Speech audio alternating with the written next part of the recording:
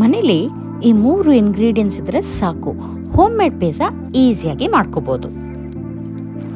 Hello friends, welcome back to Zaika with Reshma channel. ಮಕ್ಕಳಿಗೆಲ್ಲ summer holiday start ಆಯಿತು.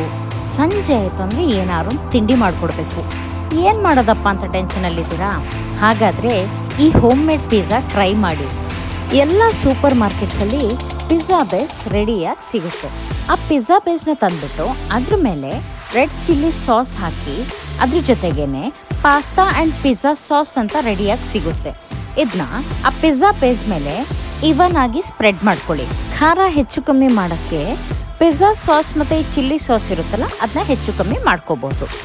ಮಕ್ಕಳನ್ನ attract ಮಾಡೋದು ಪಿಜ್ಜಾದಲ್ಲಿ ಅದರ ಟಾಪಿಂಗ್ಸ್ಗೋಸ್ಕರ ಮನೇಲಿ ಇರೋಂತಹ ಟೊಮೆಟೊ, ಈರುಳ್ಳಿ, ಕ್ಯಾಪ್ಸಿಕಮ್ ಮತ್ತು ಪನ್ನೀರ್ನ ಬಳಸ್ಕೊತಾ ಇದ್ದೀನಿ.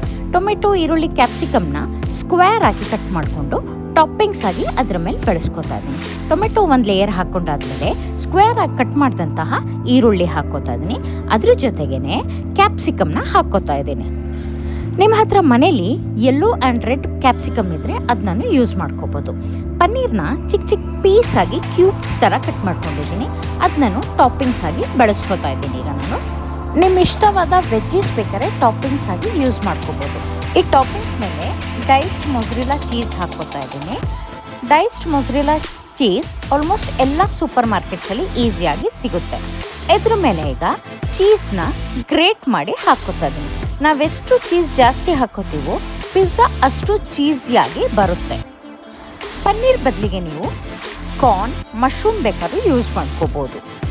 ಪಿಜ್ಜಾನ ಈಗ ಓವನಲ್ಲಿ 190 ಡಿಗ್ರಿಯಲ್ಲಿ 11 ಮಿನಿಟ್ಸ್ ಬೇಯಿಸ್ಕೊತಾ ಇದ್ದೀನಿ.